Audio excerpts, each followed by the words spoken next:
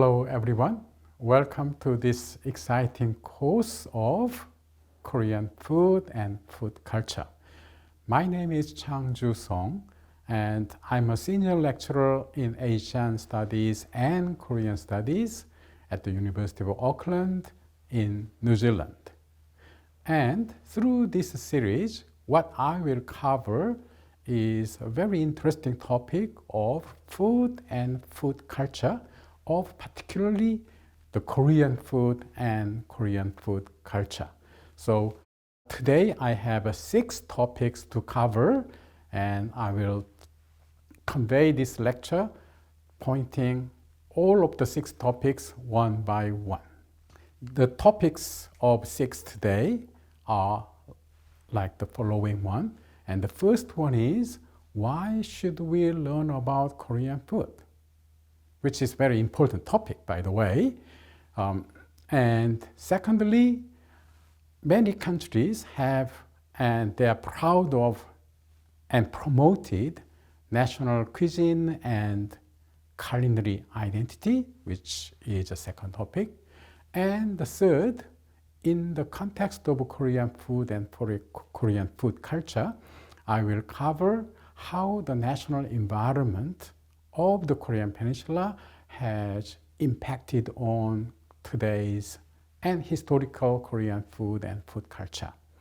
And fourthly, we will talk about traditional food ingredients in Korea.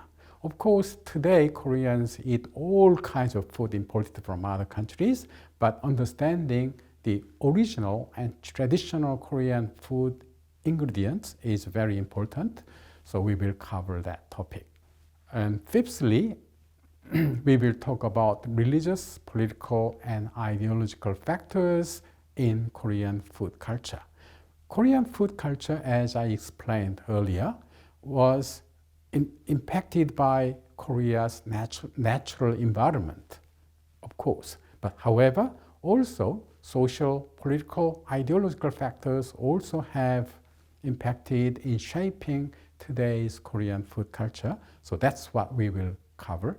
So finally, we will also talk about the utensils that Koreans traditionally have been using, which includes, of course, spoons and chopsticks. And in addition, we will also discuss about the predominant meal system today in today's Korean food culture, which is comprised of 밥, banchan, and cook. Pap, as you know, is steamed white rice. And then banchan is side dishes, which is quite unique to Korean food. And cook is soup. So Korean food is basically composed of these 3 components, 밥, banchan, cook. So that's what we will cover in the end. And the goal of today's lecture, there are basically 3. The first, we want the audience to understand why studying food is important in our life. What can we learn by studying food? So that's what we want you to understand, and how food is connected to any country's history, culture, and national identity. This is a rather complicated and complex concept, but you will understand how studying food is important, and how food is fundamentally related to any country's history, culture, and national identity. And secondly, we also want you to have understood after this lecture that how the geophysical and cultural environment of Korea has shaped the unique food culture of Koreans today. Now, the unique Korean food culture of today is very different from those of other countries, including Korea's big neighbors, such as China and Japan. And finally, we also want you to have understood some of the basic characteristics of food and the food culture of Korean people today. So that's basically the three goals that we pursue in this lecture series today. Okay, so first question. It's a big question. Why should we learn about Korean food?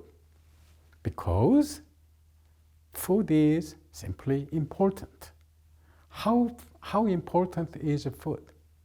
By the way, here the Mintz and Dubois in 2002, they said next to breathing, eating is perhaps the most essential of all human activities. And that is the one with which much of social life is entwined. This is fundamental truth. We can't live without eating food. Actually, food is the most important ingredients in human life because without eating, we can't survive. The anthropologist actually Mintz once taught his class one day. He's an elderly professor, and to his young students, he raised this question: between food and sex, which one is more important for you, do you think? Of course, the students laughed, and sheepishly some said, sex is maybe more important than food. And the Professor Mintz said, oh, you young people who are overfed. Okay? Anyway, food is definitely the most important thing. And that's why, but we have not really studied about eating that much compared to many other topics that we have been dealing with in academia. So he emphasized how just the food is important in human life and society. Now, food is not just something we eat to sustain our life.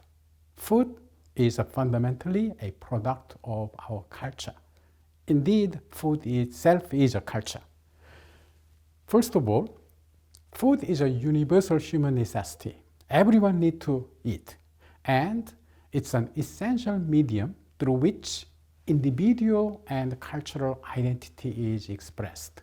We are what we eat. We are represented often by our own food. For example, Koreans are culturally represented with unique Korean food, kimchi. Whenever the foreigners talk about kimchi, they connect kimchi to Korean people. So it has become a part of essential Korean cultural identity today.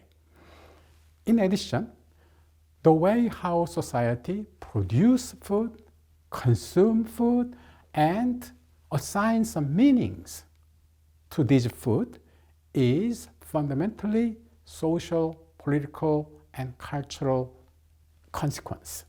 For example, a society of which food is predominantly produced by global transnational companies will be very different from the remote communities in jungles of Amazon or Borneo or Kalimantan in Indonesia.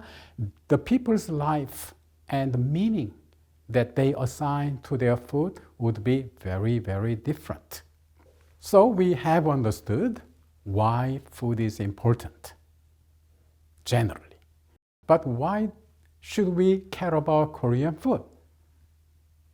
Well, because if anyone wants to understand Korean society and culture today, food, of course, there are many different ways to pursue that knowledge, but food is one of the very interesting but very fundamental aspect through which we can understand Korean society and culture. Because today's Korean food, the contemporary Korean food and food culture itself is a result or consequences of Korea's physical and cultural environment, which gave Korean food a very essential character. And any foreigners who visit Korea, they would recognize the uniqueness of Korean food. Maybe you can imagine that you would know how Korean food is distinguished from other food, such as Japanese food or Chinese food. Now, this unique character, which is difficult to describe in one word, but that gives a fundamental character and identity to Korean culture and Korean people. So, by studying Korean food, we can understand the historical, social, and cultural changes that Koreans have gone through throughout history. If you look at particular time or particular food of the historical time, you would understand the cultural, philosophical, religious, and social environment of the time. And that's why by studying Korean food, we can understand Korean history and culture very well. Now, before we start this lecture, we have to distinguish two different concepts. One is Korean food and the other Korean food culture. Of course, what is food? Food is the object that is cooked and consumed by Korean people. That's Korean food. And this Korean food is a part of bigger Korean food culture. Then what is Korean food culture or food culture? The food culture is a much broader concept in which the Korean food is included, but also the way how the kind of habits that Koreans have in terms of their dining, cooking, and cooking practices, their attitude toward certain foods such as dog meat, for example, and their belief. Like Koreans tend to believe that certain food has medicinal effect. That's the belief. And the networks and institutions around the production and consumption of food, which means how the farming is organized in Korean society and how food is harvested, how it is marketed, and eventually through which channel it is consumed by Korean people. Okay, so far we have learned why studying food is important, and particularly why studying Korean food is important in understanding Korean culture and society. Okay, so in our second session, we will talk about national cuisine and culinary identity.